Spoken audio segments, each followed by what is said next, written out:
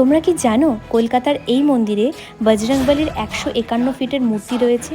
তো সেই দিন তো আমি চলে গিয়েছিলাম নিউ টাউনের রাম মন্দির, আর এখানে এসেই তো আমি জাস্ট অ্যাম্বিয়েন্সটা দেখে মুগ্ধ হয়ে গেছি। চারিদিকটা এতটা পিসফুল।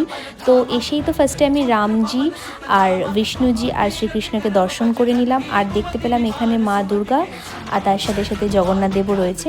তো চারিদিকটাতে এতটাই সুন্দরভাবে ডেকোরেটেড আর পিসফুল যে আমি তোমাদেরকে কী বলবো।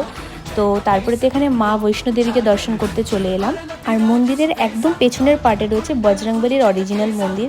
আর দেখতেই পাচ্ছ এখানে বজরংবলীকে কতটা সুন্দর লাগছে।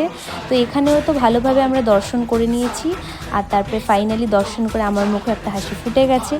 আর এই যে সেই 151 ফিটের মূর্তি দেখতেই পাচ্ছ কতটা সুন্দর। তার পাশাপাশি এখানে একটা পুকুর আছে যেখানে মা গঙ্গার সাথে সাথে এত বড় একটা মহাদেবেরও মূর্তি আছে, দেখতে পাচ্ছ কি সুন্দর। So that's it for today, by.